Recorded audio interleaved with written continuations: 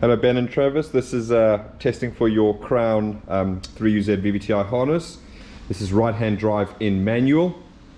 So obviously it's all been brand new built for you to come inside your Triton. So we'll quickly cut now to go through what it looks like underneath so you can see all the construction of the harness. So we'll do that now and come back in a second.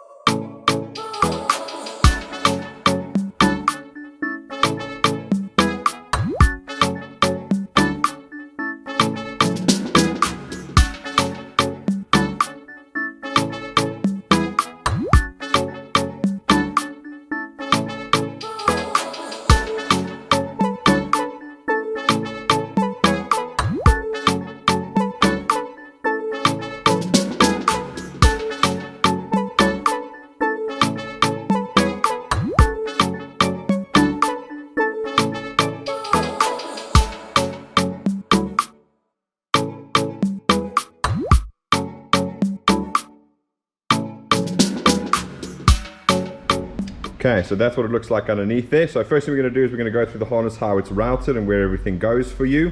So starting from here, obviously we've got the ECU here. We've got the wires that go to the fuse box that's going to live inside your vehicle. Coming down along here, we've got your grommet that you supplied. What we have done is we got the measurements from you, but we haven't actually shrunk this grommet down. So we decided what best thing to do is you guys take it, put it inside the truck, and then once you're happy with the position, then you can actually shrink this down to seal the grommet onto the harness itself over there. Right, going up from there, you're going to get to your molded T-piece at the back here where it splits up into the different sections. So we'll start at the back here. Coming out here, we've got two earths. One is for the coils, one is for all the wires for the engine and ECU. Then we have the sub harness. So again, everything is all labeled for you here. And the sub harness goes underneath, and that's what goes to your knock sensors and your starter solenoid. Obviously, you should still have your main starter cable, which is this one over here going to our battery. Okay, as I'm on this side, we're going to start coming out from here. So the first things that break out at this T-piece over here is going to be coil 7 and injector 7. So again, everything is nicely labeled. Coming further along here, obviously this would be up like this. And then the next breakout point here, we're going to have obviously coil 5, injector 5, coil 3 and injector 3, and your cam sensor in the middle of the head there. Coming further along down here, we're going to have a breakout here, and that's going to go to injector 1 and coil 1 and your oil control valve on this bank over here. Then further down there, we've got obviously the cam sensor at the front of the engine there. The harness carries on down, and you'll see these two little holes here and here, which you should have a plastic piece in there, and then it goes along down there. Then it's going to break up above here, and it's going to break up into 3 sections. So the oil and the crank sensor go through this hole here, down through there, and there's your crank sensor over there, and then obviously you've got your oil switch over there for your oil light. Okay, so that's all there and done. All right, and then the next one that comes off here, which you can also put through down here and bring it out back here under your aircon pump, and that's going to be for your lambda sensor, which goes to the exhaust over there. So you're only using the 2 primary ones over there. Okay, obviously your aircon pump is going to be here. All right, we haven't put the aircon wires in because obviously you're going to replace it with a 1UZ punch, because this ECU can't control the aircon on the standard car, which is a late model Crown.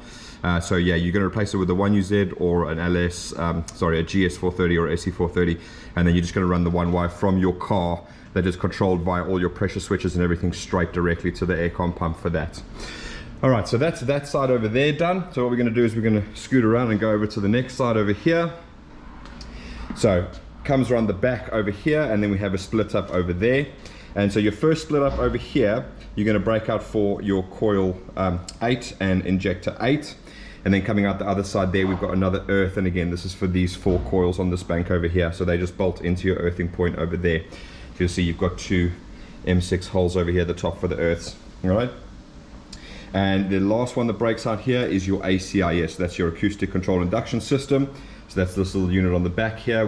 Part of the testing is we're going to actually wash that closed down when we start the engine up. Coming down there, you've got your next breakout point, and that's going to be then your injector 6 and coil 6, injector 4 and coil 4, and your cam sensor on your inlet cam over here for the VVTi. Coming further along, sorry, I've got the airbox in the way here. So coming further along, we're going to break out at the front here. To break out at the front here, you're going to have your injector 2 and coil 2. You're also going to have your coolant temp, which goes down to the sensor here in the water bridge. We've obviously included this little temp wire here for you, which will go through the wires in the fuse box in a minute, so you can attach any temp sensor you want onto that. You're also going to break out for your oil control valve on this bank over here, and as well as your mass airflow sensor, which obviously we've got plugged in over here. So you made it plenty long enough to reach wherever you needed to. And then you've got the drive-by-wire throttle plug coming off of there as well down there. Now following down from there, we've got this which goes down here, and obviously it goes off to your lambda sensor on this bank over here, which is the long one. The other side is a short one. And then you've got your alternator. So obviously the Crown has the 4-pin alternator plug like most 6-speeds. The ECU does control it, so we just make a little adapter harness here just to make sure that everything works as it should. Okay, but obviously this one will plug straight into your one. Right, so that's all of that in terms of the actual engine harness and how you lay it out. So that should hopefully be fine and relatively straightforward to fit. In terms of other things you've got to fit is obviously the alternator main charging cable. So that bolts onto your alternator like that. You'll see ours is just running along there to the battery, just so we can check everything is working by that. Right, so that's the entire engine harness layout, and that you'll obviously get on the engine and sort that out. So what we're going to do now is I'm going to go through all of the wires on the fuse box plug, just so you know exactly what they are. Obviously there's a big welcome pack that you get with the harness, and we'll email that to you so you have all that information to hand. We'll just go through it quickly in the video so you can watch it if you want to quickly get it wired up and started from there. Then what we're going to do is we're going to run through all the tests. So starting from the top, we're going to look at all the dash lights. That's things like oil, alternator, check engine light, etc, etc. We're going to check the OBD2, so we've got our tech stream here to hook up, so we make sure that's communicating properly. Fuel pump we can actually activate via the tech stream, so we'll make sure that works and we can hear the relay clicking, etc. Then what we'll do is we're actually going to start the engine up, and we're going to test things like the drive-by-wire. So obviously we're using the Hilux pedal temporarily. There's your Triton pedal, and we've had the conversation about that. Then we're going to look at the VVTi solenoid. So again, we're going to use the machine to test those to make sure they're working. We'll look at the tax signal. So we've got our little cluster here with our tax signal connected, so we can actually see that coming through there. Then what we're going to do is run through the injectors and coils. What we're going to basically do is just unplug all the injectors one by one, just to make sure that every single cylinder is firing as it should do. The starter, well, that's going to be testing that is obviously starting the engine up, so we know that works. We'll look at the ACIS, so that's this little valve over here to make sure that that closes as soon as it starts up. And then we'll go through and confirm that we've got no codes on the tech stream, because obviously we remap the ECU to get rid of all the automatic gearbox, because as you can see clearly there's no automatic gearbox wiring in here whatsoever. All right, so moving on to the fuse box here, you've got 2 plugs that come out of there. You've got a 6-pin and a 9-pin plug. So starting on the 9-pin plug over here, I've obviously removed the wires because we need to put these in order to actually start it up. So you've got the 2 red ones that's over here. That's permanent 12-volt supply. So it's permanent because the ECU does store codes, so it's easy to do diagnostics if you do connect it permanently. If you connect these to ignition, it'll effectively reset the ECU every time you turn the key off. You've got the gray one, which is your fuel pump, so that you can run directly to your fuel pump. The relay in here does provide all the power for the fuel pump, and you can use that to trigger a relay if you wanted to as well. That's again no problem there at all if you want to do that, if it's more convenient for you. But again, you can take this gray one directly to your fuel pump, power it up, and everything will work as it should. Okay, so the rest of the wires in the 6-pin plug, we've got the black with the red, so that is your ignition 12 volts, so just needs ignition 12 volts. You've got your black with the yellow, that is your starter. Now again, these are just triggering relays, that's why they're thin. They don't actually carry any current, they're just triggering the relays inside the fuse box itself.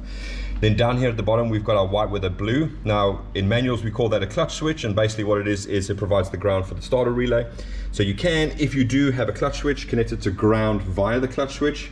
If you don't have a clutch switch, just connect that one straight to ground near the fuse box, absolutely fine, and then the engine starter relay will actually work.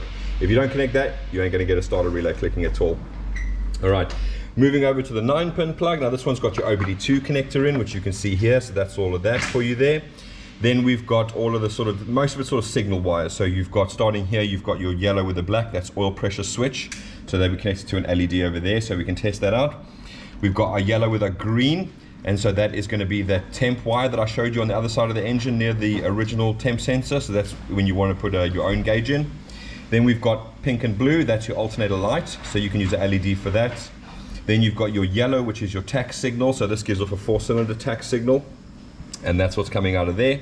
Then you've got your yellow with the red, and that is going to be your check engine light. Now the fuse box does have an LED in there, so that its own check engine light, in case you haven't hooked any of this up, so you can make sure that when you power it up, everything is working as it should do, so that's fine. So you'll see when we actually put the ignition on in a minute, that LED is going to light up, and the one on the dash will light up, and we'll go through that. Okay, so those are the 2 plugs there. That's all you have to connect. Everything else is taken care of inside there. All right. So what we're going to do now is we're going to plug the ignition on, and then we're going to start going through all the tests that we've got down here. So again, nice and simple, our black with the red wire. We're just going to put it into our 12-volt source over here. There it is. So the second I do that, you'll see there's your check engine light in the fuse box coming out live. You've got the one in the dashboard there. Now, just a warning with these 6-speed ECUs, they're not powerful enough to power an actual bulb, so you need to use an LED. So you see LED nice and bright, an actual bulb, it just goes dim. So just replace those with the LED if you have that in your dash over there. Okay, and then obviously on this side here, you can see now we've got the alternator and the oil light lit up here. So as soon as we start, that's going to go off. We'll also see the voltage go up on our little voltmeter on our dash here as well. So dash lights we're happy with, they all work. So let's go over to OBD2. So we're just going to click onto there. Okay, so we're getting all our live data over there, you can see, and just to see we've got function, if I can click the right one, function, system select, and you'll see there it's picking up as a crown. All right, so that's absolutely fine.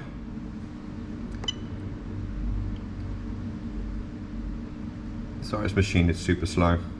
And there you go, you can see we've got all our readings there, things like coolant temp, intake air temp, etc, etc. Okay, right, so moving on, we're going to do the fuel pump. So again, we're just going to go into active test over here. We're going to scroll down. We're going to go into fuel pump, enter. Okay, and so as I hit that on and off, you're going to hear the relay click, so I'll just keep quiet now. Okay, and that's hooked up to our pump, and as you've got the fuel pulsation regulators on here, you'll see the screws have risen up, so we know we've got fuel pressure in there. So happy with that. All right, so now we're going to move on to actually starting the engine. So again, I'm just going to run through these because it's quite loud, it's got no exhaust on. So we're going to be testing the drive-by-wire, so we'll rev the actual engine with the pedal there. We're going to test the VVTi solenoids. That we're going to move over to the tech stream to do the test exactly like the fuel pump. Then what we're going to do is move over to the cluster. We're going to make sure the tax signal is coming through, so we'll see RPM actually on the cluster there. Then we're going to run around and take all 8 injectors out one at a time, just to show that they are working as they should do. Starter will obviously be part of the fact that we're going to crank it over now and start it. ACIS, we're going to run back to the back of the engine and make sure this valve closes down, so that's working. And then what we'll do is we'll go to our DTC list and make sure that we've got no codes on there. Okay, so I'm just going to put my ear protectors on, so bear with me a second. Right, so I've got the white and blue wire in the earth for the OBD2 connector, so that's obviously going to work. So again, nice and simple, black with the yellow. We're just going to give it 12 volts and she's going to start up. So 1, 2, 3.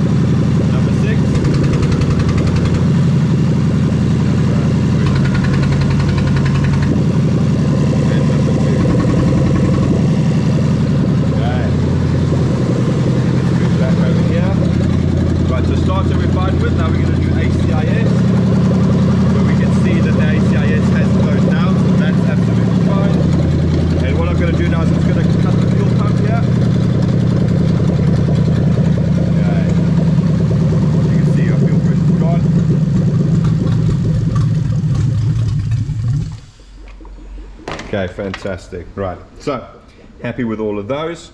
So what we're going to do now is you could actually see the check engine light wasn't on when it was running. So we're just going to go into DTC.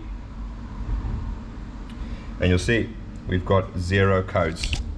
So even though there's no automated transmission connected, it's all been remapped out, so you've got no codes even for secondary lambdas and all of that type of jazz. So you'll be running perfectly. The only time you'll get a check engine light on is when there is an actual fault for you to actually sort out.